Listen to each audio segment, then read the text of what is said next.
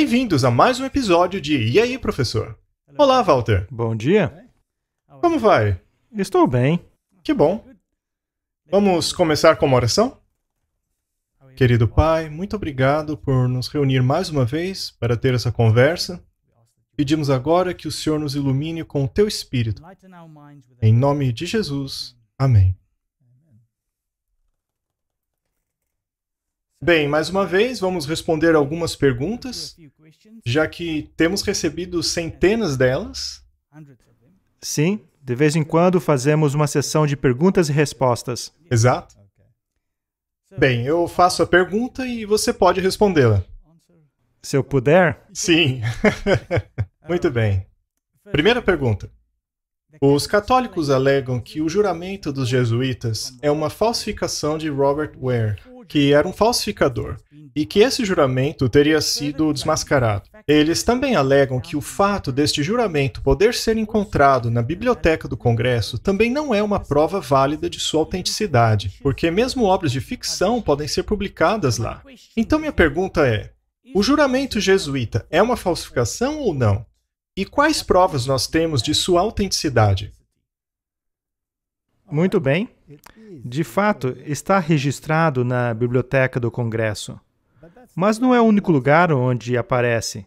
Nós o encontraremos em muitos livros históricos, em escritos protestantes, e muitos ex-jesuítas confirmaram isso. Então, se tentam esconder ou não, na verdade, é irrelevante. O outro ponto, obviamente, é que a experiência comprova isso. E se lemos o que o juramento diz, que todos esses métodos que estão listados ali foram implementados pela ordem dos jesuítas e aqueles ligados a ela ao longo dos anos. Foi um reinado de terror quando implementaram a Inquisição em Roma, não no resto do mundo, mas em Roma, que, a propósito, continuou mesmo após a Inquisição Geral ter terminado. Foram conhecidos por sua crueldade excepcional. Então, se é fato, como alegam, ou não, eles parecem aderir de perto ao juramento. Sim, é verdade. Muito bem. Vamos para a próxima? Considerando a ressurreição da segunda vinda e a ressurreição após o milênio, Caifás morrerá 3 vezes? Se sim, existe alguma base bíblica para isso? Bem, a Bíblia é bem clara em Apocalipse 1:7, quando diz que todo olho o verá, incluindo aqueles que o traspassaram, que eram aqueles envolvidos na crucifixão. Podemos pensar nisso e dizer: bem, Cristo disse que ele também é crucificado quando seus seguidores são mutilados pelos inimigos. Ele fala: a mim o fizeste. Então, a ideia é que as Escrituras demonstram que tais pessoas terão uma ressurreição especial para vê-lo voltar e serão destruídos pelo brilho de sua vinda. Logo, após o milênio, também haverá uma ressurreição. E, novamente, fogo descerá do céu e os devorará. Então, sim, há uma razão bíblica para dizer que os piores perseguidores de Cristo, talvez em todos os séculos, serão os que terão uma ressurreição especial. Sabe, pessoas sendo ressuscitadas e morrendo e sendo ressuscitadas de novo não significa somente que os ímpios vão passar por tais consequências, ou, infelizmente, desfruta de tais consequências. Por exemplo, Lázaro, ele estava morto e foi ressuscitado dos mortos. Logo, foi dormir novamente e será ressuscitado. Então, Lázaro já morreu 2 vezes. Sim, e isso não afeta de maneira alguma a doutrina da segunda ressurreição, não é mesmo? Com certeza não. É uma questão lógica que aqueles que zombaram e escarneceram dele e o crucificaram na cruz e que foram essenciais nesses atos de tortura recebam uma ressurreição especial. Não se trata de algo injusto. Sim. Obrigado. Bem, próxima pergunta. O termo filhos de Deus significa anjos? E se não, como podemos saber que não está falando sobre anjos? Os gigantes eram resultado entre a união de anjos caídos e as filhas do homem? Eu entendo que anjos não podem procriar, mas e se eles tomaram a forma de homens? O livro de Enoque também menciona nomes de anjos caídos que não são mencionados na Bíblia. E uma última questão. Por que o livro de Enoque não foi incluído na Bíblia? Muito bem. Quando a Bíblia fala dos filhos de Deus, poderia ser uma referência aos anjos, porque os filhos de Deus cantavam junto quando este mundo foi criado. Então, outros seres criados, que poderiam incluir anjos, não sabemos como são os outros seres criados, sabemos dos anjos. Mas Adão também é chamado filho de Deus. Então, os seres humanos também são filhos de Deus. Então, será que os anjos procriaram? Bem, as pessoas sabem que a Bíblia é clara que eles não procriam. Se não procriam, a procriação para eles não é nada menos que um pensamento ilusório. Então, quem foram os filhos de Deus? Ora, os filhos de Deus, como Adão, foram aqueles criados por Deus e que estavam em sintonia com os requisitos de Deus e em harmonia com sua palavra.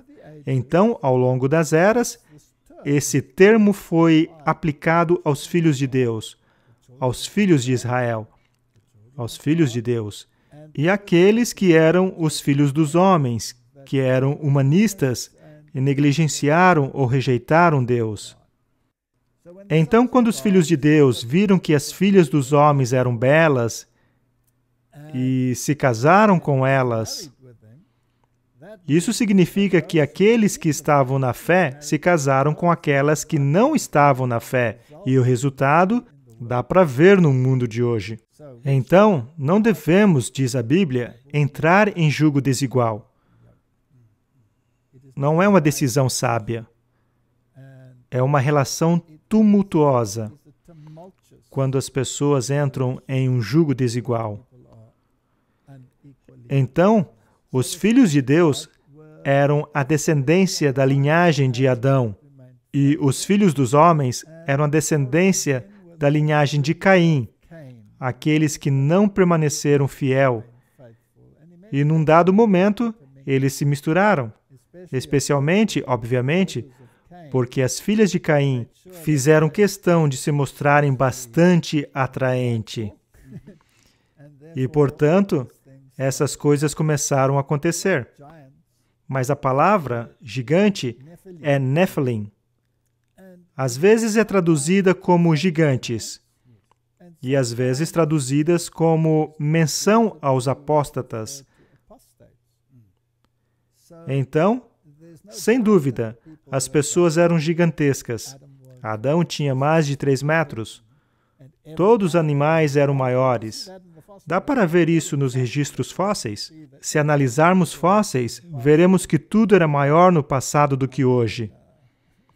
Sabe, baratas desse tamanho, uns 60 centímetros, dinossauros. Toda espécie que encontramos era maior no registro fóssil. Quer falemos de elefantes, lobos, leões, não importa. Tudo era maior no passado. Na verdade, nós temos deteriorado. Não se trata de uma evolução progressiva, mas uma involução. Então, sem dúvida, as pessoas eram muito grandes, e a Bíblia nos dá algumas dimensões, até mesmo dos reis cananeus. O tamanho de suas camas, por exemplo. Essa gente era enorme. Provavelmente não caberiam nesse prédio, sem ter que baixar a cabeça. Sim, eram gigantes, mas também eram apóstatas. E esses apóstatas foram os que, por fim, levaram a corrupção a toda a raça. Então, os filhos de Deus eram aqueles que seguiam a Deus, e as filhas dos homens e os filhos dos homens eram aqueles que não seguiam. Eles se misturaram, e o resto é história. e logo veio o dilúvio. E outra pergunta é, por que o livro de Enoque não foi incluído no cânon? Bem, todos os livros apócrifos aparecem entre 300 e 500 anos após o fechamento do cânon, tanto no cânon do Antigo quanto do Novo Testamento. Basicamente, o cânon já estava fechado. Então, por que seria acrescentado ali? Logo, tem também certas porções do livro de Enoque que não se harmonizam com o cânon. E isso já é o suficiente, pois a regra é a lei e ao testemunho. Se eles não falarem segundo esta palavra, é porque não há luz neles. Misturar verdade e erro não é algo que vá conduzir a uma boa doutrina. Então, como saber o que é verdadeiro e o que não é? Ora, se encontrarmos algo nos escritos que é obviamente contrário à lei e ao testemunho, rejeitamos isso. Obrigado. Muito bem. Próxima pergunta. Na verdade, duas perguntas sobre os capítulos 10 e 13 de Apocalipse. A última parte do verso 6 de Apocalipse 10 diz que não haveria mais demora. Seria essa uma referência a 1844 como sendo o fim dos 2.300 dias proféticos? Ou deveria ser relacionado ao verso 7 e aplicado no tempo em que o sétimo anjo começará a tocar? Apocalipse capítulo 10 é a abertura do rolo, não é? Esse é um rolo que foi selado e agora está sendo aberto nas mãos do anjo, não é? Disseram ao profeta para vir devorar o rolo. Em outras palavras, ele deveria internalizá-lo, pois sempre que lemos no Antigo Testamento que o rolo deveria ser comido, o significado era internalizá-lo, compreendê-lo. Então, todo o capítulo 10 de Apocalipse lida com a retirada do selo de alguma porção das Escrituras que havia sido selada. Ora, só tem uma porção em toda a Bíblia que foi, de fato, selada. E encontramos esse no livro de Daniel. E tem a ver com a profecia dos 2.300 dias. Então, se esse anjo tinha um rolo que teve seu selo retirado num dado momento, então deve estar se referindo a ele, pois temos que ir à lei e ao testemunho, e precisamos ter harmonia, não é? Então, não haverá mais tempo só pode significar que não haverá mais tempo profético, pois se fosse interpretado literalmente, nós não estaremos mais aqui. Então, tentar correlacionar aos versículos seguintes é uma forma de futurismo. Estamos pegando alguma coisa fora do contexto histórico e aplicando isso a outra coisa sem um direcionamento bíblico. Então, temos que nos apegar ao que a Bíblia diz. É como a última semana das 70 semanas. Sim. Como se atirasse de lá e aplicasse em outro lugar. Não se pode fazer isso, porque não há direcionamento bíblico que lhe oriente a fazer isso. Muito bem. A segunda parte da pergunta é: a maioria das profecias do livro de Daniel já foram cumpridas. O capítulo 13 de Apocalipse nos mostra a besta num período após a sua ferida mortal ter sido curada. Seria possível que os 42 meses do verso 5 sejam literalmente 3 anos e meio? A mesma resposta se aplica aqui. Exatamente a mesma. Então, a maioria das profecias no livro de Daniel estão cumpridas. Os detalhes ainda precisam ser ajustados, ok? Eles estão num contexto histórico contínuo. Agora, se quisermos pegar esses 42 meses que estão num contexto histórico contínuo e torná-lo literais, então estamos aplicando regras do futurismo e estamos negando as regras da continuidade histórica. E com que direito faríamos isso?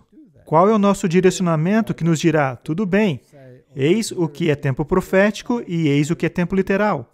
Estamos misturando e confundindo as coisas. Então, apeguemo-nos ao tempo profético. Obrigado. Você poderia explicar melhor por que a lei cerimonial seria uma testemunha contra nós? Porque, como você disse, ela aponta para nós como pecadores que precisam de redenção. Mas a lei moral também não faz a mesma coisa? E se faz, podemos dizer que a lei moral testemunha contra nós também? Essa é uma pergunta muito boa. A lei cerimonial foi escrita por Moisés e foi colocada ao lado da arca como uma testemunha contra nós. A lei dos 10 mandamentos foi escrita pelos dedos de Deus e colocada dentro da arca da aliança. Então, são duas leis distintas. Uma está apontando para o código diretivo moral de Deus, escrita pelos próprios dedos de Deus. Não acrescentou nada mais. E escrito em pedras, o que significa que é inalterável. Então, a lei de Deus permanece. Ora, mas o que faz a lei de Deus? Ela nos diz o que é certo e errado. É como um espelho.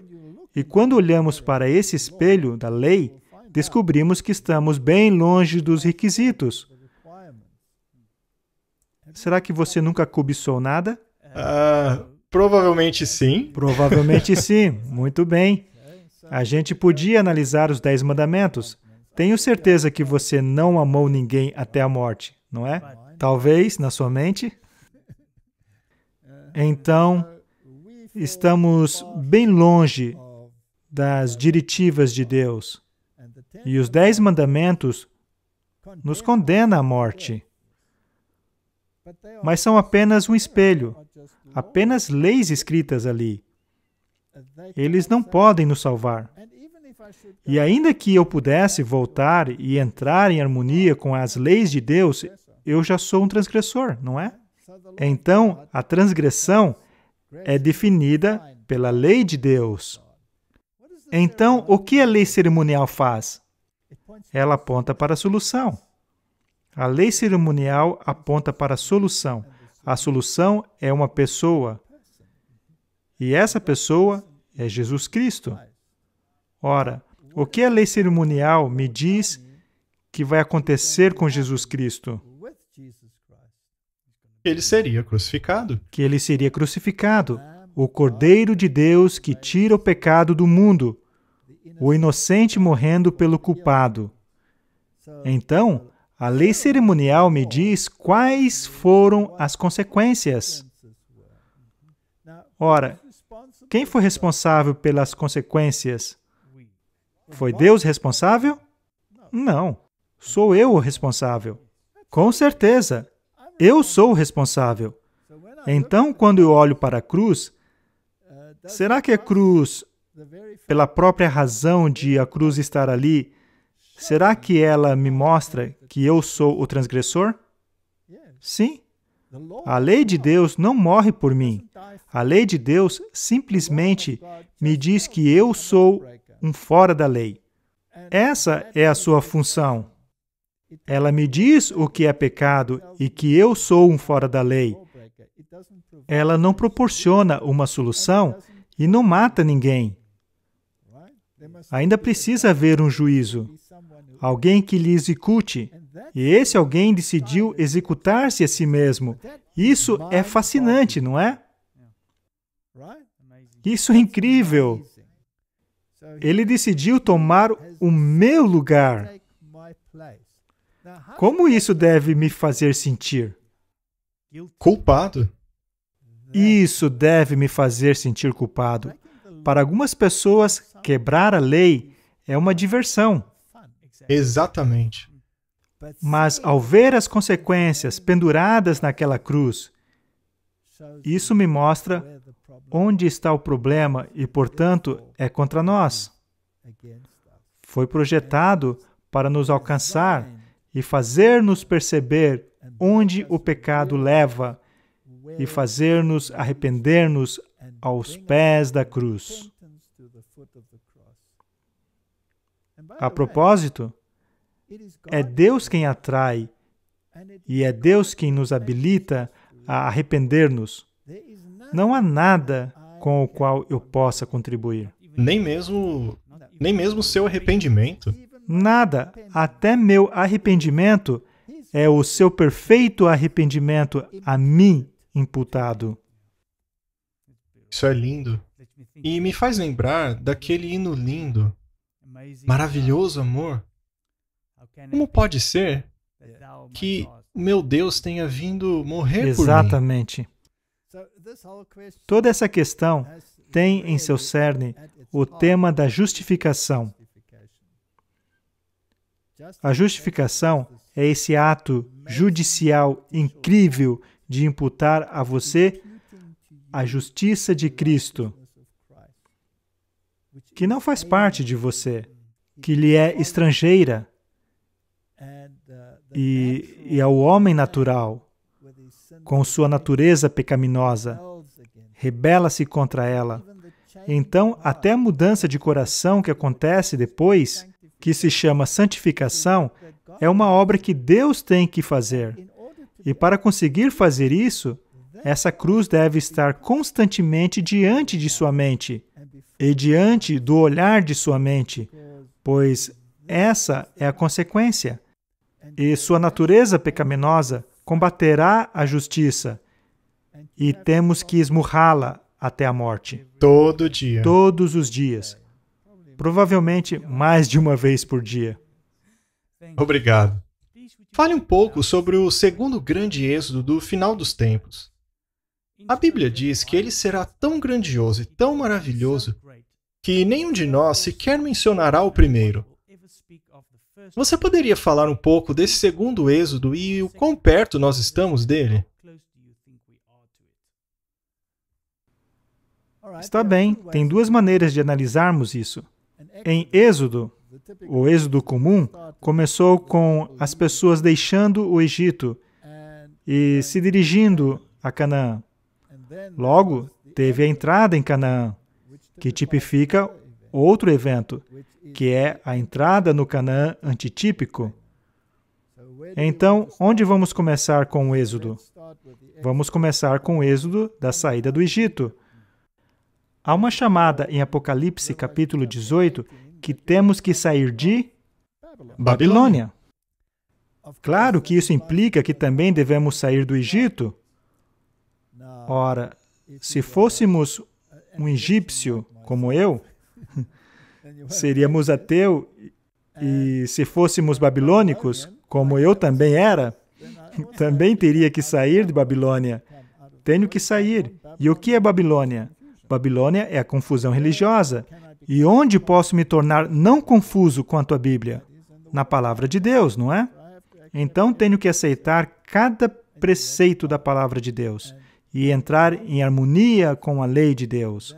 Logo, terei um êxodo saindo de Babilônia. E se eu deixar meu pensamento secular para trás, terei um êxodo saindo do Egito. Então, quando esse grande êxodo começou? Ok? Novamente, estamos falando corporativamente ou individualmente? Individualmente, começou quando você toma a decisão de seguir a Cristo em todos os seus caminhos. Então você sai do Egito, da Babilônia ou de ambos, porque todos temos um pouco de Egito e todos temos um pouco de Babilônia e temos que sair dela. Então, essa é uma escolha individual. Corporativamente, quando houve um chamado para sair de Babilônia. E isso se deu em 1844. Em 1844, a segunda mensagem angélica foi proclamada, que é: caiu Babilônia. Ora, se Babilônia caiu, isso implica que temos que sair dela. Então, de todas as denominações, as pessoas se reuniram, se juntaram e, por fim, formaram um grupo que guarda os mandamentos de Deus e tem o testemunho de Jesus. E começou no movimento milerita. Isso é o êxodo corporativo que ocorreu. E nós podemos nos unir a esse movimento, assim como os egípcios se uniram aos israelitas para ir a Canaã. Então, tem um corporativo e um individual. Se estamos nos referindo à ida a Canaã, Isso vai acontecer na segunda vinda de Cristo. E a segunda parte da pergunta quer saber o quão perto nós estamos dele. Digamos apenas muito perto. Obrigado. Próxima pergunta. Eu fui a uma igreja em que o pregador citou a frase de Jesus, "Eu sou a brilhante estrela da manhã", de Apocalipse 22. E então ele disse que Lúcifer significa a estrela da manhã e que Jesus, no fim dos tempos, adotaria o nome Lúcifer. É isso mesmo? Lúcifer era o nome do querubim cobridor. Ele era uma estrela brilhante. Mas quem é a máxima estrela brilhante da manhã? Jesus Cristo. Agora, o que Lúcifer quer? Usurpar a posição dele. Quer ser igual a Deus, não é? Ele quer ser semelhante a Deus. Então, ele quer usurpar a posição de Deus e tomar uma posição que não é sua de direito. Então, sim, ele foi Lúcifer, mas caiu e se tornou Satanás. Mas Jesus tem um nome, e esse nome significa Javé salva. Sim, Jesus significa Javé salva. Ele é o Salvador, e esse é o seu nome. Ele tem um outro nome escrito em sua coxa, que ninguém pode conhecê-lo até ter sido revelado. Então, não há nenhuma evidência nas Escrituras de que ele se apresentará como Lúcifer.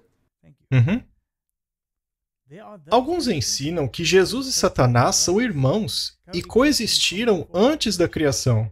Dizem que Jesus é o filho da luz e Satanás é o filho das trevas, e que precisa ser assim, porque a Bíblia diz que Deus criou o bem e o mal. O que a Igreja Adventista ensina sobre isso? Essa declaração ou pergunta é impressionante. O mundo oculto ensina isso. De fato, ensina que Lúcifer era o irmão mais velho e Jesus o mais novo. E ensina que o mais velho vai readquirir sua semente original. E assim como obteve a vitória na cruz, também obterá a vitória no fim. É isso o que o mundo oculto ensina. Mas temos novidades para eles. Não é assim que acontece. Isso nega, obviamente, a expiação por completo. E a Bíblia está repleta de expiação. Além disso, Satanás tem tentado se livrar da Bíblia repetidas vezes. Ele sucedeu? Será que ele conseguiu ter sucesso em tornar as Escrituras difíceis de achar? Sim, tem conseguido isso, mas será que as erradicou? As Sagradas Escrituras? Não. Todos ainda podem fazer uso delas. Não se pode livrar delas.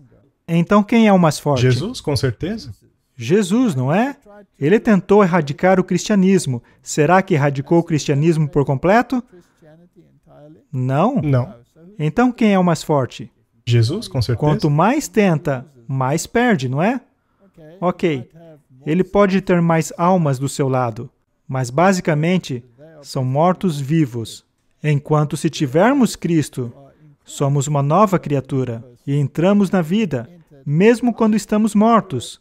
Quando morremos, Cristo não nos chama de mortos, mas compara a um sono.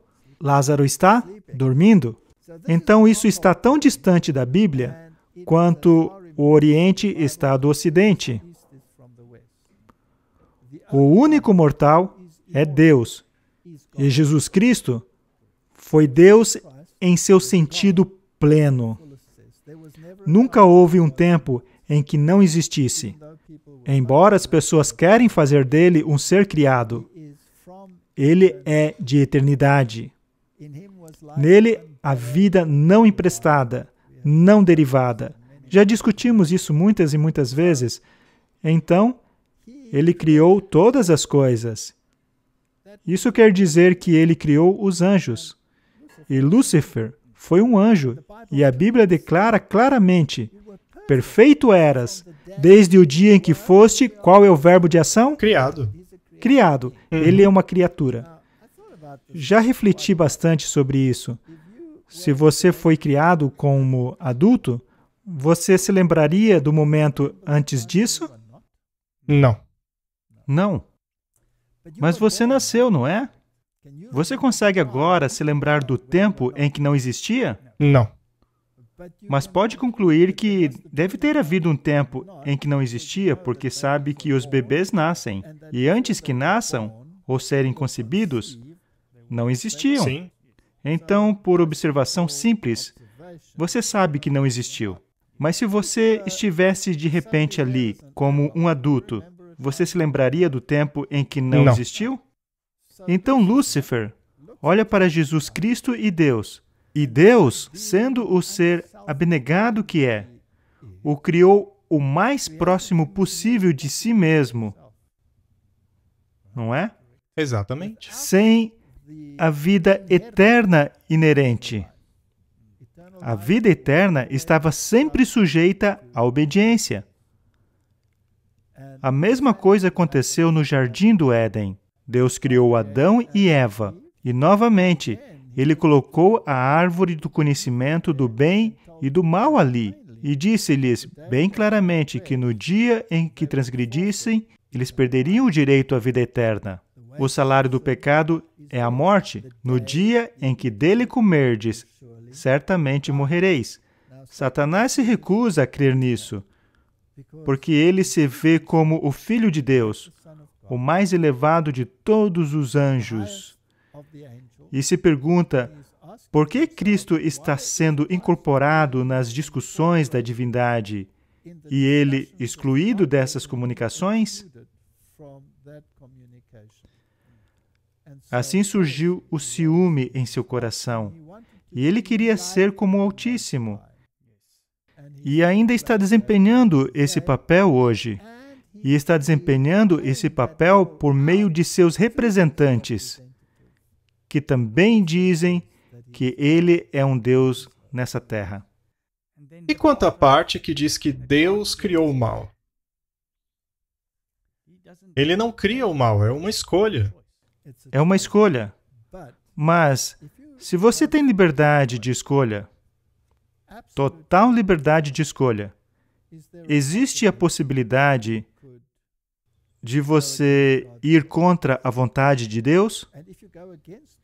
E se for contra a vontade de Deus, isso é chamado de pecado, não é? Ora, Deus, como autor da justiça, tem definido claramente quais são as regras da justiça. E o diabo e seus companheiros decidiram ir contra isso. Então, perfeito eras desde o dia em que foste criado, até que se achou iniquidade. Onde? Em ti. Então, por que iniquidade foi encontrada nele? Deus criou a iniquidade? Não. Porque Deus criou a possibilidade ao dar-lhe liberdade de escolha. Exatamente. Mas quando ele exercita essa escolha, aí é quando se achou iniquidade nele. Mas Deus jamais quis que qualquer um tivesse o conhecimento do mal. Ele só queria que tivéssemos o conhecimento do bem. Ora, o misticismo oriental diz que um não pode existir sem o outro. Por isso temos esse princípio de yin-yang. Você tem o bem e o mal. E o fato de haver o mal nos diz que existe o bem. E o fato de haver o bem nos diz que existe o mal. E eles estão em equilíbrio perfeito um com o outro. E mesmo no ocultismo, nós temos o que chamamos de luciferiano. E daí você tem o satanista. Ah, ok. Um pratica o contrário dos dois polos. Um é branco e o outro é preto. E aí você tem a magia negra e magia branca. E o Yang também é branco e preto, não é? Então é a mesma coisa. Ora, isso é real? Realmente precisamos ter o mal para sabermos o que é bem? Ou poderíamos simplesmente ter o bem sem ter o mal? Como é que vai ser no céu? Sem mal algum. Não haverá nenhum mal, não haverá nenhuma iniquidade lá. Terá sido erradicado. Por quê?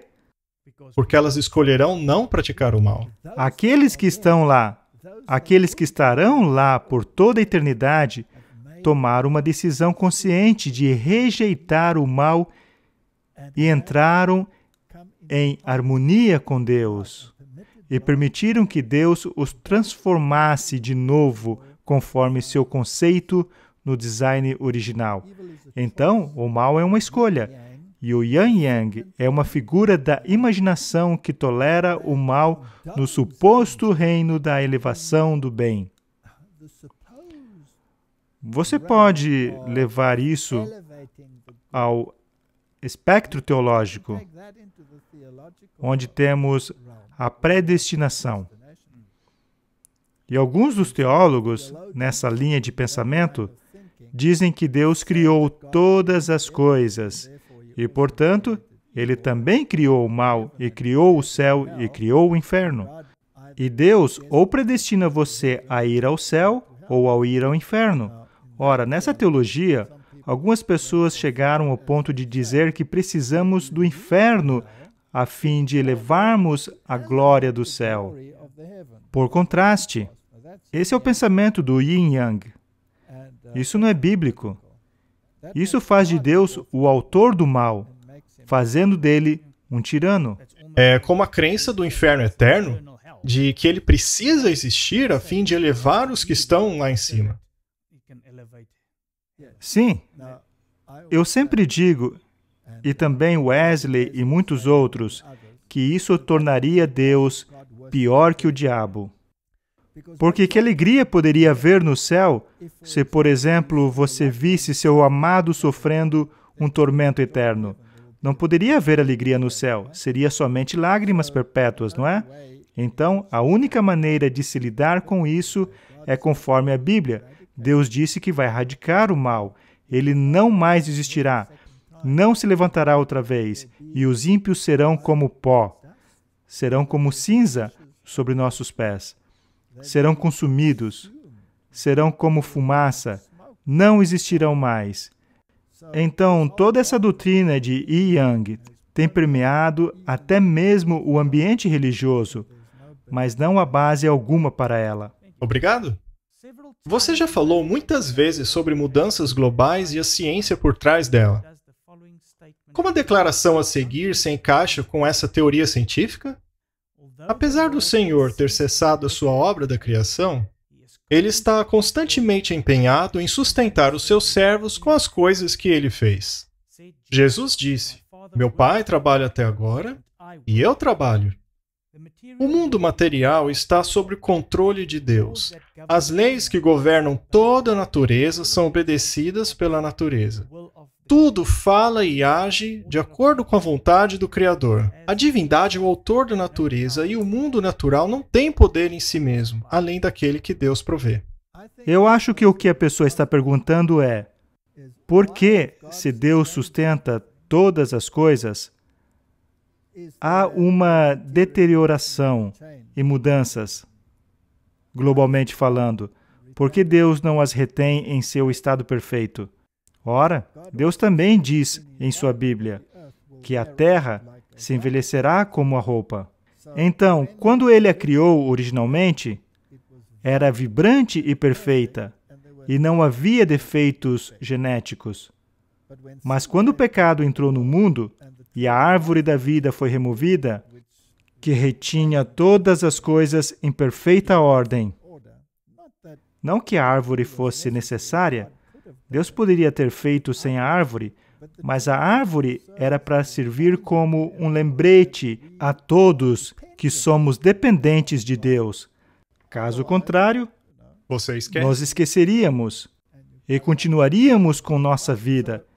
Então a Bíblia nos diz que, desde o instante em que o pecado entrou no mundo, as coisas mudaram. Os animais mudaram, a morte entrou no mundo. Deve haver uma deterioração. Mas Deus permitiu que passasse certo período de tempo antes que isso acontecesse. Então, antes do dilúvio, houve um período muito longo. Adão tinha 900 anos de idade. era a idade que eles atingiam naquela época. Depois do dilúvio, houve uma deterioração e caiu para 400, logo para 200 e, por fim, caiu para 70 anos, ao longo dos anos. Então, Deus permitiu essa deterioração. Ele também permitiu a deterioração da terra.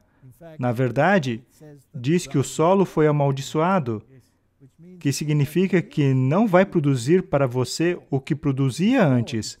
Antes produzia abundantemente e facilmente. Agora é pelo suor do seu rosto que ele vai produzir. E você terá que lidar com a erva daninha e plantas inimigas, etc. Espinhos. Então, sim, Deus mantém sua vida dentro dos limites que Ele estabeleceu. E Ele mantém a terra e a vida nela dentro dos limites que Ele estabeleceu. E isso vai deteriorar e continuar a deteriorar até que cheguemos a um ponto onde não poderá sustentar nenhuma vida. Mas antes disso, Ele virá, porque Ele diz, do contrário, nenhuma carne se salvaria. Bem, aqui temos 5 perguntas. É certo chamar o Papa Francisco de o homem do pecado? Bem, coloquemos da seguinte forma. A Bíblia fala sobre o anticristo e diz que houve muitos anticristos que surgiram no mundo. Ela dá um período de tempo muito longo para a existência do poder do chifre pequeno. Estamos lidando não com o homem, mas com o sistema. Trata-se de um sistema do anticristo. Então, não atacamos o homem, mas podemos expor o que o homem diz. E podemos expor se o homem está falando em harmonia com o sistema, que é o sistema do anticristo. Então, eu não chamaria o Papa Francisco de anticristo, mas chamaria o sistema que ele propaga como o sistema do anticristo. E ele é o porta-voz para esse sistema. Sim, o cargo dele o coloca nessa posição de homem do pecado. Ele não é o homem do pecado. A sua organização, que tem as diretivas que são contrárias da palavra de Deus, é o sistema do anticristo. É correto dizer que todos aqueles que já foram Papa não irão para o céu? Bem, a Bíblia diz que não nos cabe julgar, mas somente Deus. Quem sabe se haverá um Papa que se arrependeu de seus caminhos ou de suas ações enquanto nessa função oficial? Não é algo que eu deva julgar. Deixemos isso com Deus. Mas se você defende esses princípios e aceita a arrogância do cargo que você possuiu, então, obviamente, você está agindo contra a lei de Deus e a vontade de Deus. O primeiro mandamento diz: não terás outros deuses diante de mim. E essas pessoas dizem ser Deus na terra. Trata-se de uma questão muito séria que está fazendo exatamente o que fez Lúcifer. E Lúcifer não entrará no céu. Mas deixemos as escolhas individuais com Deus. É correto expor os pecados que estão ocorrendo na igreja? Deveríamos expor a impiedade. E a palavra de Deus capacita o povo de Deus a falar contra a impiedade na igreja. Basta pegar os exemplos da Bíblia. Será que o povo de Deus, será que os discípulos expuseram a impiedade, mesmo dentro de suas próprias fileiras? Será que Paulo repreendeu ideias ideológicas falsas dentro da igreja? As cartas dele? Com certeza. Então, sim, devemos expor os pecados. Não detectemos os homens, mas expunhamos o erro. Sim. Não acredito em voltar minhas armas contra a igreja militante, mas creio firmemente que é certo declarar quando algo está errado, mas só até aí, sem chegar a atacar o homem. Como sempre, eu uso o exemplo de Caifás e Arão. Eu julgaria de modo diferente do que Deus julga. certo? E eu pensaria que Arão era um apóstata por fazer um bezerro de ouro e mentir a esse respeito. Sabe, eu já usei esse exemplo muitas vezes e eu estaria totalmente equivocado. E Caifás era o exemplo perfeito de como um líder devolvedor de dízimos e guardador do sábado deveria ser, e ele crucificou a Cristo. Então não vou falar sobre o homem. Às vezes é difícil não saber quem é o homem, principalmente quando publicam algo e colocam algo no domínio público. E algumas vezes a questão pública precisa de uma resposta pública, mas em geral eu não creio que é certo voltar nossas armas contra a igreja militante. Sim, e também é dever de cada um. Ao ver alguém dentro da igreja que não está seguindo a verdade, não seguir o exemplo dela. Exatamente. E, além disso, tem uma maneira de lidar com essas questões. Dá para ser excessivamente autoritário, esquecendo-se que nós mesmos precisamos de redenção. Então, a Bíblia nos diz que devemos, com toda a bondade, repreender as pessoas, ou levá-las à parte e dizer, falar com elas sobre como são as questões bíblicas, como seguir as normas da Bíblia, e se não ouvirem, levar o caso à igreja.